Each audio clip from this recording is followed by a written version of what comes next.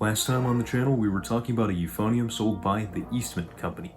Today we are talking about one of Eastman's tubas. These tubas are fairly highly reputed. You might happen to know here on YouTube a certain Scott Sutherland. He is a monster tuba player and an Eastman performing artist. Now, do these Eastman tubas live up to the hype? Today, we discuss. How's it going, everybody? Thanks for tuning into the Samuel Plays Brass channel. I'm your host, Sam, as per usual, and welcome to another issue of the Scholastic Brass Special, Part 2, Electric Boogaloo. Throughout the course of this special, we've been talking about instruments that you, as a brass player, might consider upgrading to if you're in sort of the high school or college age range and you're looking to take your playing a little bit more seriously and step up your game. So far, we've talked about trumpets, flugelhorns, French horns, trombones, euphoniums, even marching brass. So at this point, we are finally at the point of being able to talk about tubas to round this whole special off. Now, before we get started for today, I know I've been harping on this, but please do me one favor and check to make sure you're actually subscribed to my channel. Unlike the vast majority of my usual viewers, a lot of these people tune into my content very frequently but don't realize that they're actually not subscribed to the channel. It's an easy way to stay caught up, and it's a small gesture with a huge impact. We're right on the heels of 14,000 subscribers, much to my surprise, and you know what comes right after 14? That's right, 15. 15,000 is a huge milestone. I'm super excited for it. And if you go on to enjoy this video, no pressure or anything, but I'd love for you to join the club and help make history on the Samuel Plays Brass channel.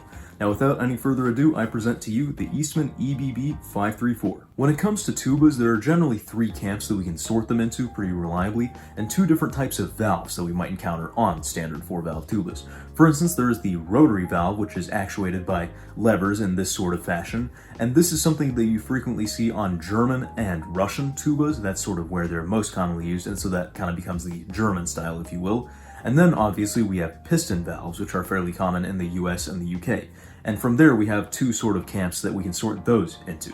We have top action pistons, actuated as such, and these are sometimes called UK style tubas, not because they're exclusive to the UK by any means whatsoever, but because a lot of UK style tubas, like the Besson New Standard, which I reviewed in the past, have these top action valves. Whereas the American style is front action pistons, which are actuated in this fashion, the same sort of hand angle as rotors, but instead we have pistons. This is the style upon which the 534 is built. It is considered an American style tuba by Eastman, and it is built to a 4/4 size. The quarter system with tubas is kind of weird. It definitely isn't a mathematically linear function, if you will, but there are 3/4 tubas which are smaller, and you tend to start students out on those. For instance, the Jupiter 482, which I also reviewed, once again up in the card. And then there are 4/4, which are sort of the standard, and then you get the rather monstrous 5 and 6/4 that some orchestral players favor. Those are more common for C tubas because a 6/4 C only feels like about a 4/4 B flat. A 4/4 B flat is relatively standard, particularly in high school and college bands, but I guess some professionals who are hopefully taller than 5'4", like me, some of them do prefer that 6/4 monstrous type sound. The Eastman 534 is available in both clear lacquer and silver plating. This one happens to be silver plated, as you can see. The bore at the valve section is 0.689 inches in diameter, and the bell flare is 19 3/4 inches. A couple of really neat features of the Eastman that sometimes show up on American-made tubas are, first of all, the fact that you can easily pull the first and fourth valve slides on the go as you're playing, as in you've got the valves operated by your right hand, and then you're pulling on the slides with your left. This is really handy for intonation correction on the go, particularly since tuba players are the foundation of the ensemble and need to have rock-solid intonation while playing. So being able to jimmy those slides as you play is very helpful.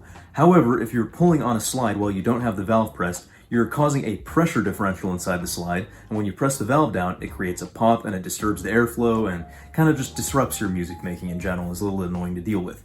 Eastman has found a way to circumvent this by venting the pistons. If you take the pistons out, you'll notice holes drilled into them that are much smaller than the rest of the valve ports. That's where the air actually goes through. The point of these little vents is to eliminate that pressure differential so that you can move the slide without any occupational hazard, even if you don't have the valve pressed. It's really handy for smoother phrasing. Now, I don't frequently get the chance to play on front action piston tubas. For instance, GU's tubas are A rotary, and B, a top action piston, so my opportunities are rather scarce in the field of American-style tubas, and let me tell you, getting to play the 534 was a breath of fresh air. As far as raw ease of playability, how easily I can produce a flexible sound on the instrument, I really prefer front-action tubas over rotary tubas, and especially top-action piston tubas. I do not get along with those. And the Eastman, I firmly believe, is probably the easiest playing tuba I have ever tried.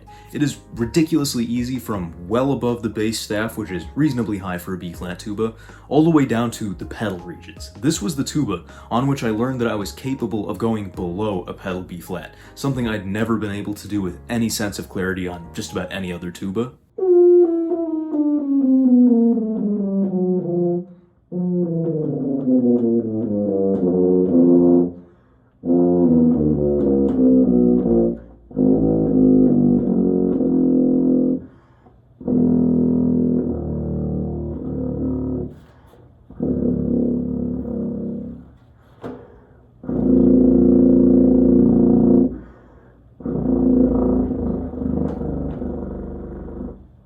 Now, while of course there is some measurable amount of resistance behind a front-action piston system, I would argue it's actually less resistant than a top-action system, and I think the Eastman has just that right amount of resistance where you're in that sweet spot of the instrument being easy to play but not stuffy. Additionally, like with Eastman's 526 euphonium I just reviewed, you can find that up in the card like everything else I keep talking about, I think the 534's articulations are really crisp and clear. I am more in favor of this on tuba than on euphonium, because on tuba, again, you want to be that rock-solid foundation, right on the pitch, right on the beat.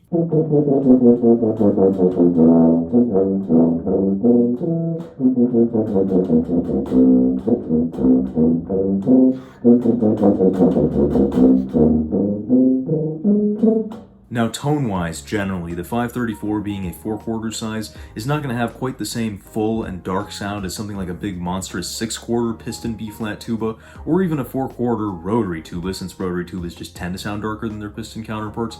But nonetheless, I think the 534 has a very rich and resonant sound overall. It's got a good blend of frequencies, a lot of core in the low range, of course, and plenty in the mid-range to help project the sound a little bit better. And I think the sweet spot of its tone occurs between about a mezzo piano and a forte on the dynamic spectrum.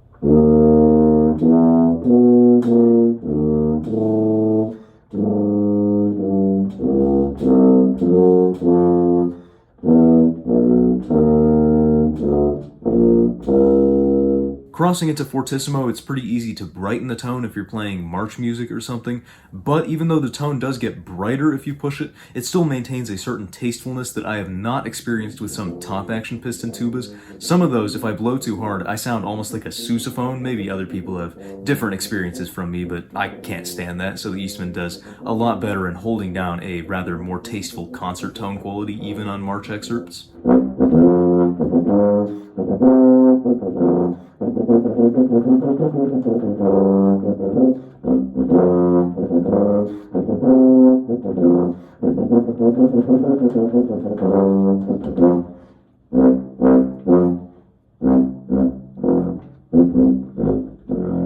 In case you can't already tell, the Eastman EBB534 is a real winner in my book. Relatively speaking, I like it a decent bit more than the 526 euphonium I just reviewed. With euphoniums in general, I don't necessarily advocate for the easiest playing instrument. On this continuum or this seesaw between ease of playability and ease of tone production, I'd almost rather take a euphonium that's a little bit stuffy or has some intonation challenges but produces a really rich and euphonious tone. Whereas I think the 526 leans a little too far on this end of the scale for my liking. As far as tubas go, just give me the easiest playing one.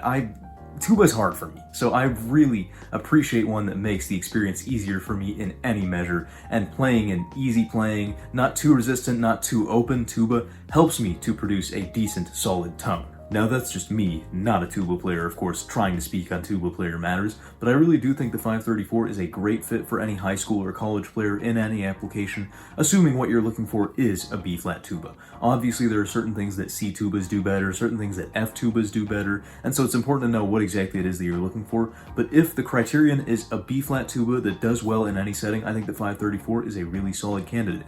It lives in this sort of sweet spot where it has, in my opinion, a big enough sound for wind ensemble and orchestra use, but it's also nimble enough to play in a chamber setting like a brass quintet.